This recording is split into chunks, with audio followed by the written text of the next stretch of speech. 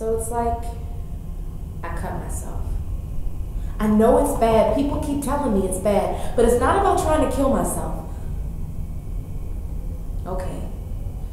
Maybe once I was close to trying to kill myself, but deep down I think mostly I was cutting because I felt like nobody loved me.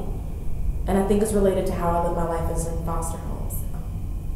You see, my dad got custody of me in 2003. I didn't know him when I was younger, and I got taken away from my mom, put in a variety of foster homes at a really young age, like 3 or 4 or 5. There was this one foster home. It was really tense, and I was very young. One day I got cut on my arm by this girl just because she didn't like me. And I didn't know what to do. From then on, it just felt like this downward spiral. I wanted to get out, but I knew I couldn't. Every single day, I had to go through something worse than the day before, and I couldn't tell anybody. Nobody would listen to me. It was like I was nobody. It was really bad. You know what? I can't even say bad. Bad isn't a word to describe what I went through in that house. When I cut myself now, it has symbolism with it.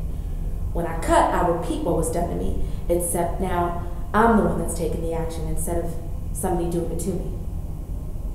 That's weird, huh? Most people don't understand cutting or why I cut. My mom and dad being 2 of them. Before I tell you about their reaction, let me explain our home situation because it's a little complicated. Like I said, I was put in a variety of foster homes, but I got out around 8 or 9. My dad had custody of me then, so his girlfriend became my guardian. And for like 2 summers straight, I was going over there every now and then. And then they'd buy me things, and her daughter would do my hair. And I was getting kind of attached to them when my dad started telling me, now you're going to be living here. And I'm like, I'm not going to be going anyplace else, right? I just got out of the DCFS system, and I don't want to keep moving. And he's like, no, you're going to be living here. Well, I've been living there now for about 7 or 8 years. My mom and I got a big sister, Dina. I give him that family title because I've been living with them for so long. Look, our relationships are good when they're good. And when we're happy, we're really happy. It's just those are based on moments, and those moments can't be good every single day. My first assignment was to check off a list that she printed out for me of everything that I like to do. Listen to music and writing poetry and talking on the phone. To do those things helped me not to think about the cutting and everything. And it got me kind of excited to go back to counseling and tell her about everything that I did. And as I'd tell her, she'd get all excited, and it made me feel like I was actually accomplishing something. And when I would have really good highlights in therapy, I would look over to my mom, and she just looked like she did not want to be there. But I just brushed it off because I was doing this for me.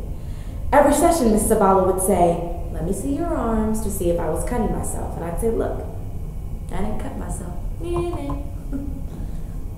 She'd say, you're progressing really, really nicely here. And I'd say, I'm trying to. It really helped to have that support system. Someone who was cheering for me and rooting for my progress. But what you have to know is that throughout my years of being a teen, I've come to the decision that I have the power to want to change for the better. It's up to me to do something about it.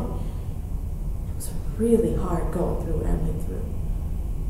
But it helps to know that I'm not the only one.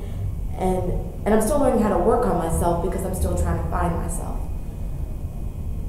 And what I've learned is that you have to live every moment as if it's your last, as if there's no tomorrow. And at least one person loves you. You might not know it, and it might be a total, complete stranger.